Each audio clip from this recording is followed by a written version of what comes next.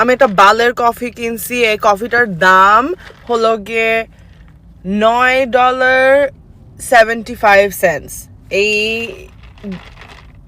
এই দুধের দাম। আমার অফিসের কফি এর থেকে রংচে হয়, এর থেকে বেশি রংচে হয়। Can you believe this? আমি দুধের জন্য পে করছি $10। এটা কি হইতে পারে? সবাই মনে করে যে আমেরিকায় থাকা হলো গিয়ে মজার ব্যাপার। $10 দিয়ে কফি ভাই। এন্ড ইটস লাইক ওই কফি দোকানটা আমি মনে করলাম আমি একটা সাপোর্ট করি, কারণ স্টারবাকসে তো আমি যাই না। মনে করলাম যে একটা লোকাল কফি স্টোরে যাই। বালের লোকাল কফি স্টোর ভাই। লোকাল কফি স্টোর আমার ছিনতাই করছে। এটা একটা ছিনতাই ছিল। কফিটা খেতে অত মজাও না। মানে আমি তোমাদেরকে কি বুঝাবো যে $10 কত মূল্য। $10 দিয়ে আমি 3টা মিল খাইতে পারতাম। I am not even joking.